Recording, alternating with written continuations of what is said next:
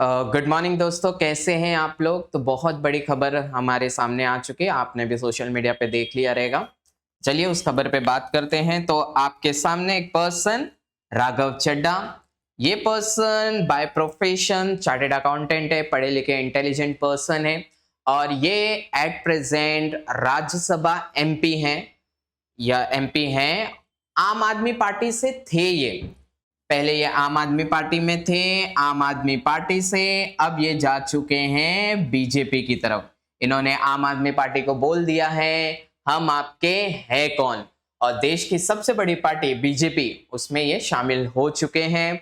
और ये अकेले नहीं गए, इनके साथ साथ और राज्यसभा एमपी जो आम आदमी पार्टी के थे वो भी अब बीजेपी में शामिल होने जा रहे हैं। वो 7 और कौन लोग हैं, तो इनके साथ हैं सर, और जो लोग शामिल हो रहे हैं उसमें बड़े बड़े नाम हमें नजर आते हैं। सबसे पहले हरभजन सिंह का नाम नजर आता है, राजेंद्र गुप्ता का नाम नजर आता है, विक्रम साहनी सर का नाम नजर आता है, स्वाति मालीवाल मैम का नाम नजर आता है, अशोक मित्तल सर का नाम नजर आता है, संदीप पाठक का नाम नजर आता है और राघव चड्ढा खुद।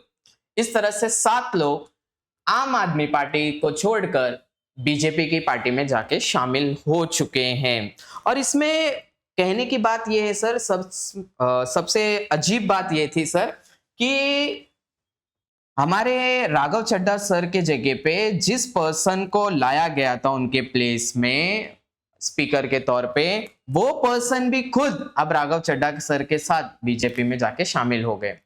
लोगों के दिमाग में एक सवाल यहाँ पे था कि सर अकेले क्यों नहीं गए, क्योंकि जब आम आदमी पार्टी ने राघव चड्ढा को स्पीकर पोस्ट से हटाया था राज्यसभा से, तो सबके दिमाग में था कि अब राघव चड्ढा क्या करेंगे। कुछ लोग कह रहे थे कांग्रेस में जाएंगे, कुछ कह रहे थे बीजेपी में जाएंगे, कुछ कह रहे थे कि नहीं वो अपनी खुद की पार्टी ओपन कर लेंगे।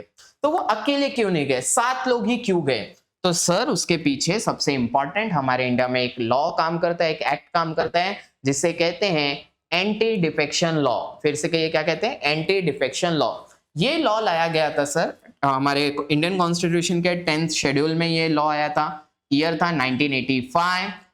52 सेकेंड अमेंडमेंट किया गया था हमारे कॉन्स्टिट्यूशन में, तब जाके ये लॉ लाया गया था। इसके पीछे का रीजन ये था सर कि देश में पॉलिटिकल स्टेबिलिटी का होना बहुत जरूरी है।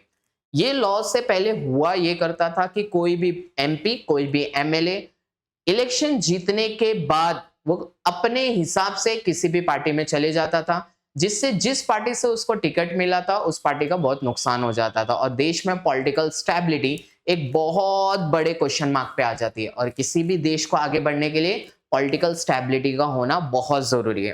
पहले ये बहुत बड़ा डायलॉग चलता था, आया राम गया राम, कि कोई भी पर्सन, कोई भी एमपी किसी भी पार्टी में आ रहा है, किसी भी पार्टी में चले जा रहा है। हॉर्स ट्रेडिंग हुआ करता था, मतलब पैसे के दम पे एमपी एमएलए को खरीदा जाता था।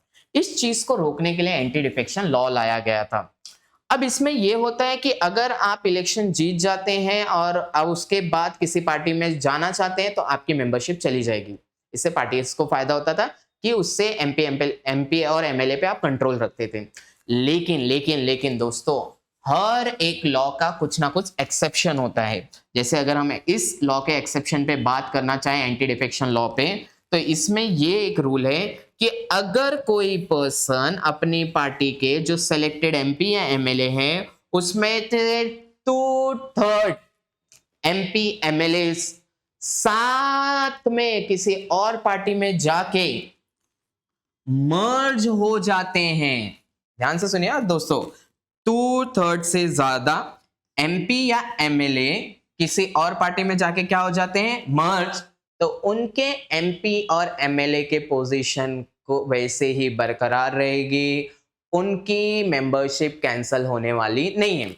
और आपको कैलकुलेशन अगर अब मालूम हो तो इस समय आम आदमी पार्टी के राज्यसभा जो एमपीज थे वो टोटल 10 थे, जिसमें से 10 में से 7 एमपीज ने आम आदमी पार्टी छोड़कर कौन सी पार्टी को ज्वाइन करना चालू कर दिया? बीजेपी। तो अगर हम लोग 10 का 2/3 निकालने का ट्राई करें तो वो 7 के आसपास आता है, 7 से ज्यादा आता है, जो उसी से अब वो बीजेपी में चले जा रहे हैं और उनके ऊपर एंटी डिफेक्शन लॉ काम नहीं करेगा। वो एक्सेप्शन की कैटेगरी में आ चुके हैं, उनकी मेंबरशिप पे कोई फर्क नहीं पड़ेगा।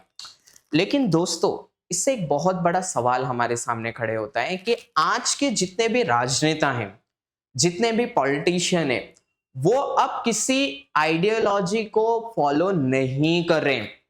आज के सबसे ज्यादा पॉलिटिशियंस, जितने भी एमपी है, जितने भी एमएलए हैं, वो सिर्फ और सिर्फ एक चीज को वैल्यू कर रहे हैं और वो है पावर।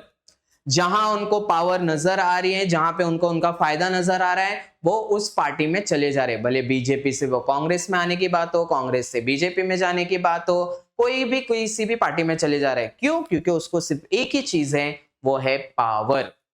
इसके ऊपर आपकी क्या राय है? आप इसके बारे में क्या सोचते हैं? कमेंट करके जरूर बताइएगा। मिलते हैं नेक्स्ट लेक्चर में, तब तक अपना ख्याल रखिए। बाय दोस्तों।